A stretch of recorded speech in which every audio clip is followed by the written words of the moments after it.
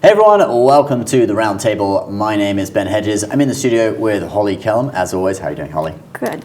How are you? And I'm great. And we've got this Twitter, or X as it's called, X space with Trump and Elon Musk to discuss. Now this happened last night. I tried to listen to it last night, but unfortunately I was not able to. You told me that I was late to the party, so I was right on time. It eventually started after 45 minutes and people were able to get in. But Elon Musk, he put out a tweet saying, there appears to be a massive DDoS attack on X. We're working on shutting it down. Worst case, we'll proceed with a smaller number of live listeners and post a conversation later.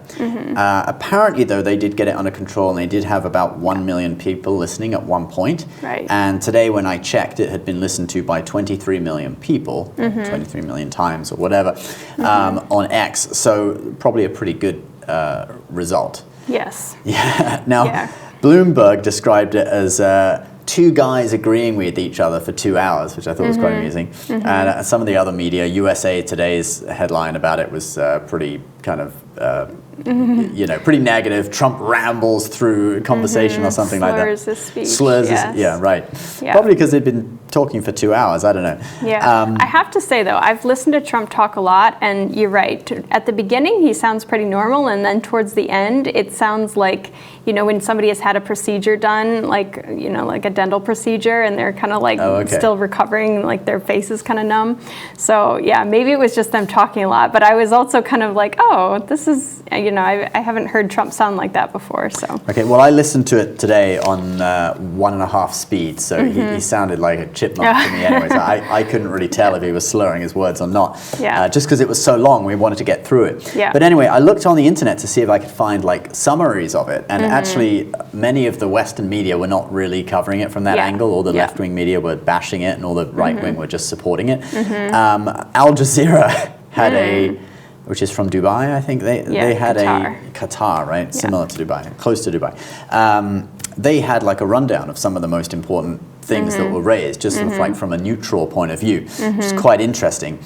So I took some of their points and I listened to it myself, and we've put together a few points on. So if you want to get the main points that were raised on that call, we got them for you now. So they start off talking about the assassination attempt, didn't they? Yes, Trump talked about how, if he had not actually turned over to this display board that showed the spike in immigration since Biden came into office, he might not be alive today. And he also says pretty early on that has made him a believer in God. Or more of a believer in God, which is quite interesting. I mean, I've seen conflicting media reports about how much that has actually changed him, but he, I think he did, feel like that was a near-death experience. So after the discussion on the assassination attempt, which doesn't really give us that much new information, because they were just talking about it. It's not connected to policies or anything. But then he does go into a lot of things that's more connected to what his policy will be if he wins the next election. So they talk about immigration next. So Trump, he's promised the largest deportation program in U.S. history.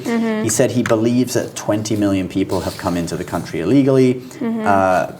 Many, crossing from Mexico, many from jails and from countries all over the world, not just Mexico, but via Mexico. U.S. Customs and Border Protection themselves have reported 7.1 million arrests between January 2021 and June 2024. And those are just the arrests. The arrests, yes. Which is a very, it's almost like saying, when you see, it's like saying, I've picked 200 blueberries, so, there's probably only 400 left. Like, you actually don't know. Right. It's... So do we know how many gotaways there are that didn't get arrested, or is that... I think that's always the big question, right? Because that's the problem with a porous border is, people can go between ports of entry. Generally, I mean, there's the people that are arrested, there are people that go to a port of entry and claim asylum, and we can count those people. And I think, maybe to a certain extent, there are gotaways that they can see, that they count, but I think probably it's very undercounted. If there were as many gotaways as there were arrests, that would be 14 million people. Which, gets you somewhere close to what Trump is saying. Maybe he's exaggerating a little bit, who knows? But at a minimum, there's 7.1 million. Yeah. That are, have illegally crossed in the last 4 years. Yeah. And Elon then tells him that he went down to Eagle Pass to see if it was true, in Texas, Eagle Pass, Texas, to see people coming across the border. And he describes it like a World War Z invasion, the zombie movie. Right. Right. And so Elon seems to support Trump. They also talk about how they both support legal immigration. Elon asks him, do you support legal immigration? He says yes. Elon is a legal immigrant to the U.S., so this is a near and dear issue, I think, to his heart. To him, right. This is his chosen country. But it's interesting because I looked back at Elon Musk's statements in 2016, and he was not a supporter of Trump. And actually, I remember the very day that Trump had the assassination attempt, Musk actually endorsed him. Because I remember even Don Lemon had interviewed Musk, and at that point, I think that was February, that was later. It was earlier this year. At that point, he said, I'm not endorsing anyone, like he was kind of... And then he was into DeSantis, wasn't he? Yeah, I think he did support DeSantis. And then, the GOP field cleared out, Trump was the nominee, and then it became a question of, does he support Trump or does he support, at the time, Biden? But I remember very specifically that it was on the day that, there was the assassination attempt on Trump that Musk actually came out and endorsed him and said he was going to put millions into his campaign. Right, 45 million a month, he said, wasn't it? Yeah. Okay, so, let's go on now to the next thing. So the next kind of section is Trump talking about how he believes Kamala replacing Biden is a coup. So, say what you want, this was a coup, is what he says, and she hasn't done a single interview since this scam started. Those are Trump's words. And then he points out that Kamala copied his policy on no tax on tips. Yeah, I think he's really trying to show daylight between his campaign and Kamala's because, he's out there and his vice president is out there doing all these interviews. J.D. Vance was on like 3 Sunday shows, all the major networks and, really putting himself under the spotlight, which is not what Kamala's campaign has been doing. It's interesting, isn't it? She hasn't done an interview since she was, announced to be running. Right, the head of the ticket. Yeah, and I think, she's had she's been burned by interviews in the past, and I think her campaign sees it as a potential liability. Musk has invited her to come on X. Yeah. Yes. You think she's going to go for it? She can't even talk to the White House press corps. Actually, so Politico reported that she has been talking to them, but what she does is she does it off the record, which means that, it kind of depends how off the record. There are different levels of off the record, but generally it's kind of, like this is for your information, but you actually can't report it, which, muzzles the press. And if she says something that is outrageous, they can't necessarily report it. So she has been talking to the press, but on her own terms. And she hasn't done a real sit-down interview. I think, back when, I forget when she did this interview, but she sat down with Lester Holt from NBC News. And Lester Holt said, you have been put in charge of working on immigration, specifically from the Northern Triangle countries, 3 countries in Central America, and you haven't been to the border yet. And she said, no, and I haven't been to Europe either. And it was kind of, it kind of felt like she was being flippant about it, like, not because taking she wasn't her... the Secretary for Europe or anything, was she? No, exactly. So exactly. Why and it was kind of a non sequitur. It was kind of like, well, what are you saying? It's like, yes, you haven't been to Europe, but nobody is necessarily expecting you to go to Europe. Yeah, and I think that was why, it was panned so widely. Well, for her, Elon Musk definitely wouldn't be a softball interviewer, would he say? No. Not like with Trump, because he's obviously actively supporting Trump. But maybe she could go on a similar show a similar online show of someone who's more supportive. Well, and that's kind of I think it's kind of surprising she's not doing any interviews, because I do think there's a lot of friendly press out here. I mean, that would probably give her some softball questions. So yeah, it's interesting she's not trying to assuage the criticism by just doing a more friendly interview. She's just kind of not committing to any. All right, let's move on to the next. So the next section, they talked about security. And Trump raised the point that if the U.S. president is someone other countries are scared of, then the world will be safer. They talked about Biden shutting down the Keystone pipeline here in the U.S., but then giving the green light to the Nord Stream 2 pipeline, Russia's pipeline to Europe. And Trump was saying it's all about oil, global security, everything is all about oil.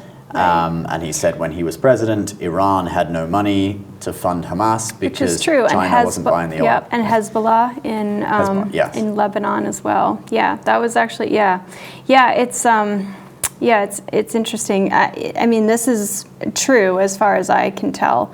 And yeah, you do have to wonder. I never really saw the rationale for why Biden. So what Trump had done during when he was in office with the pipeline, the Nord Stream 2 pipeline between Russia and the EU, is he had basically said the U.S. is going to sanction the companies working on it if they continue to work on it. And so, basically it stopped the pipeline, and then Biden came into office, and his thing is Biden was really trying to be a peacemaker among our allies, and so I think maybe he just caved to pressure from Germany because they really wanted to finish this pipeline.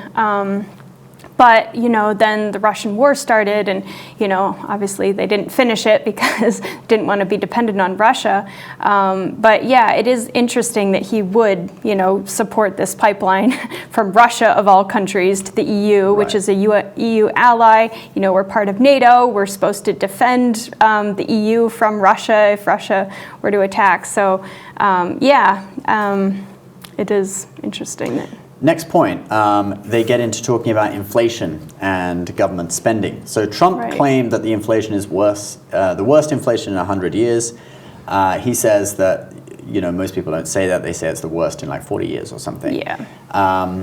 It could be true. I know that they've changed the way inflation is worked out since the 80s. So if you go to shadowstats.com or .org, I forget what the URL is, but it's shadowstats anyway. There's this professor that uses the old way of working out inflation. It does come out about double the current rate. So it could be true, but Trump probably wasn't speaking in absolute terms. He's probably just throwing out 100 as a number, kind of a general number. He always exaggerates anyway, so the inflation is pretty bad.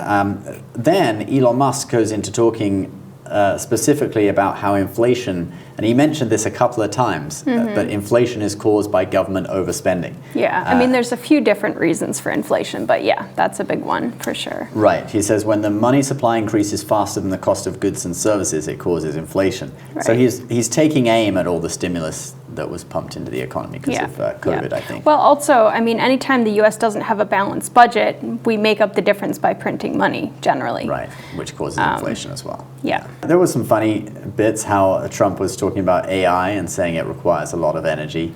Yeah, which it does, and Elon Musk is all about AI, and I think a lot of people see the benefits, but then, you do have to look at the cost of energy. The cost in terms of energy to, using AI.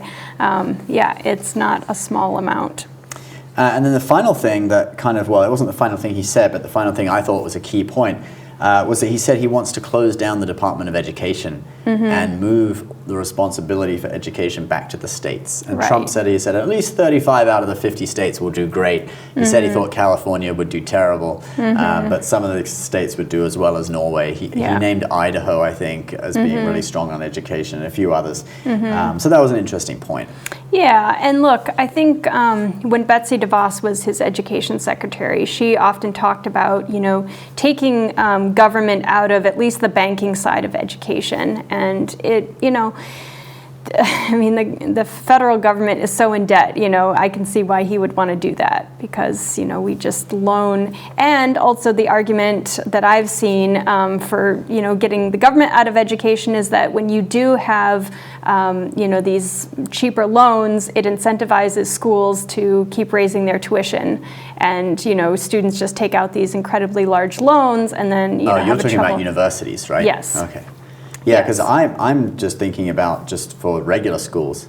What I'd like to see as well is the money following the kid, right? Yeah. So right now, if you send your kid to a private school, you have to pay for that, and you have to pay your school taxes. So you're paying double. Yeah. And my kids go to a private school. I think I should be getting my school taxes refunded so I can use them to pay for my kids' education, right? I don't mind after they've graduated in the future. All right, we pay school taxes. It helps the school and helps other people. But at least while they're going to school, while I'm paying, they should be refunding 100% of my school taxes. That's my opinion on it. So I would love to see a policy like that brought in. Hey, Kamala, if you're watching, why don't you do that as a policy as well? I would love to see a policy brought in, whether it's a Republican or a Democrat. I'd love to see them bring in that policy. Yeah, well, the argument against it is that public schools would be severely underfunded if that happens. But they would have less kids going because you'd have more choice. So I think that would cancel it out, wouldn't it? Yeah, well, it's the question of if you have too few kids, can you even have a school, right? This is a problem in some communities where schools have to close down or they have to merge. Kids have to travel farther distances because their school doesn't have enough students in it. Well, true, but the school my kids go to is very small. And there's about 10 or 12 kids in each class, and there's only one class per grade. So the whole school is only 50 kids. Yeah. And we fund it. The families, a group of families fund it, right? I mean, every kid who goes to the school, about 50 kids, we pay for it, and it works great, So I think maybe a lot of people don't realize it, that with education, you can do it yourself. You don't have to have the government doing it for you. Yeah, that was, I think, a very popular thing with Republicans, especially because I think a lot of Republicans or conservatives think that the public schools are indoctrinating children with values that they don't share. And so this whole voucher idea was very popular with a lot of people who wanted to send their kids to, say, a private Christian school or, just another, a private school, but didn't necessarily have the money to pay for it. So.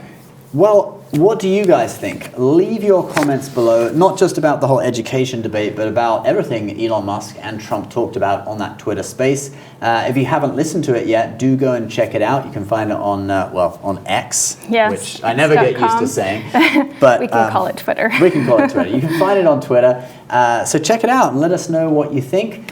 Subscribe to Holly's channel for analysis on how the media reports on things. Yep, and subscribe to the Run List as well. I'm sorry, the round table. The Run List, yeah, the Run List. That's ancient history. You can subscribe to it. You can subscribe to it. So subscribe to Holly's channel if you want to know more about how the media reports on things. Her channel icon is above her head now. Yep, and subscribe to the round table, our channel. Yes. Let us know what you think below. For below. more videos like this. We'll see you next time.